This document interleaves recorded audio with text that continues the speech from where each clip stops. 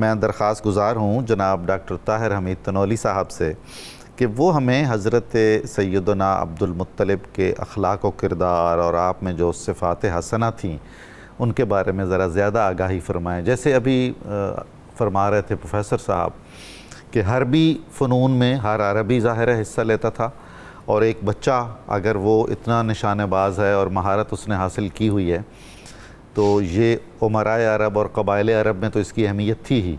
تو ان ظاہری خصوصیات کے علاوہ اللہ تعالیٰ نے جو باطنی ان میں اخلاقی خوبیاں اور انسانی قدریں پیدا کی تھیں اور قبائل عرب میں جو ان کے مقام و مرتبہ تھا، اس حوالے سے آپ کچھ ڈاکٹر صاحب بہت شکریہ.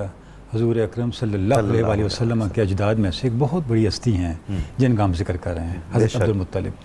آپ کے خصائل، آپ کے اوصاف حمیدہ، آپ کی عظمتیں، جیسے ابھی پروفیسر ارشاد فرما رہے تھے، آپ کا نام ہی اس چیز کا مظہر ہے کہ آپ اخلاق کے کتنے بلند درجے پہ. سبحان اللہ.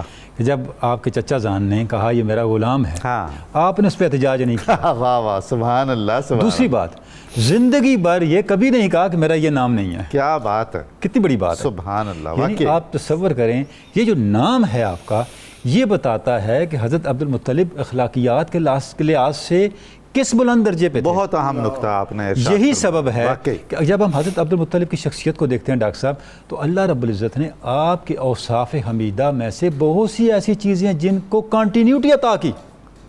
نہ صرف کنٹینیوٹی عطا کی، بلکہ حضرت عبد المطلب وہ ہستی ہیں جنہوں نے ایک لحاظ سے حضور اکرم صلی اللہ علیہ وسلم کی آمد کے بعد جو مسائل ہونے تھے ان کے حل کی فضا ہموار کی. کیسے ہموار کی؟ دیکھیں، آپ کی ولادت مدینہ طیبہ میں، آپ کا جو ننھال مدینہ طیبہ کے اندر ہے. آپ کی والدہ قبیلہ خزرج سے ہیں. جب بیعت عقبہ ثانیہ ہوئی تو آپ صلی اللہ علیہ وسلم نے 12 نقیب مقرر کیے، ان میں سے 9 اس قبیلے سے تھے. اچھا، اب ہسٹری ساری چیزیں تو آگے ٹرانسمٹ نہیں کرتی. کیوں 9 اس قبیلے سے آئے؟ کم از کم آدھے اوس سے ہو جاتے، آدھے یہاں سے ہو جاتے.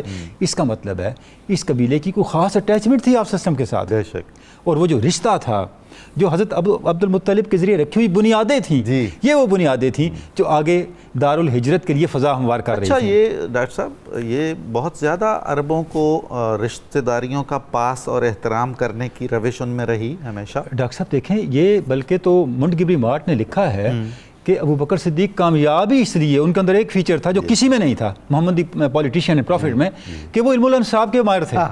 انہیں پتا تھا کون سا رشتہ کہاں جڑتا ہے اور کس رشتے کی حمیت کو میں کہاں استعمال کر کے ریاست کو سیمنٹ کر سکتا ہوں. بالکل آپ نے درست فرمایا. تو وہ چیز یہاں بھی فنکشن کر رہی تھی.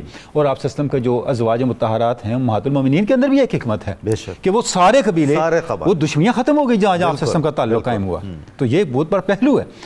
تو اچھا، اب جب ہم حضرت عبد المطلب کے اوصاف کو دیکھتے ہیں، آپ دیکھیں آپ کے بہت سے ایسے اعمال ہیں جن کو شریعت محمدی میں کنٹینیوٹی ملی. آپ کے ذریعے سے یہ طے ہوا کہ مرد کی دیت 100 اونٹ ہوگی. وہ قانون بنا بعد. سبحان اللہ. آپ ہر رمضان کا چاند طلوع ہونے پہ غار حرا چلے جایا کرتے تھے. کیا کہنے، آپ صلی اللہ علیہ وسلم نے اس عمل کو کنٹینیو کیا. سبحان اللہ. یعنی حضرت عبد المطلب کی شخصیت کیا عظیم شخصیت ہے کہ آپ کے اندر کس طرح ایک توحید کا رنگ ہے.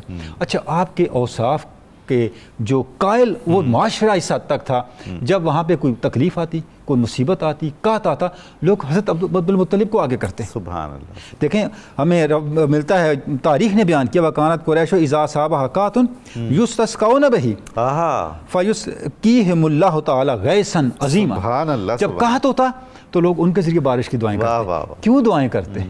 اس کا مطلب یہ اس سوسائٹی کو حضرت عبد المطلب کے تقویٰ پر، ان کے کردار پر، ان کی صالحیت پر، ان کے ظاہر و باطن کے اجلے پن پر اتنا یقین تھا کہ ان کو جب ہم وسیلہ بنائیں گے تو ہماری دعائیں رد نہیں ہوں گی. اچھا، اس سے یہ بھی ہے کہ ان کو یہ بھی معلوم تھا کہ اس وقت ان جیسا کوئی نہیں ہے. سردار اس کے پاس چلے جاتے بلا شبہ. یعنی اچھا، اب آپ کے اس سے آگے جو ان کو کعبۃ اللہ کی خدمت ملی، سقایا کی خدمت ملی، رفادہ کی خدمت ملی، اور حاجیوں کی خدمتیں ملی. اچھا، اس چیز کو قرآن مجید نے بھی کوٹ کیا. سقایا کی اصطلاح قرآن مجید لے کے آیا. یعنی ان کے منصب کو بھی قرآن مجید نے اصطلاح کے طور پر بھی محفوظ رکھا. تو ہم دیکھتے ہیں کہ حضرت عبد المطلب کی شخصیت کے اندر روحانی کمالات کا اظہار بھی ہے، واہ، مکارم اخلاق کی رفتیں اور بلندیاں بھی ہیں، اور ان کی جو شخصی وجاہت ہے وہ بھی اس درجے کی ہے کہ ان کی موجودگی میں کوئی شخص قریش کے اندر سردار کہلا نہیں سکتا۔ سبحان اللہ، سبحان اللہ،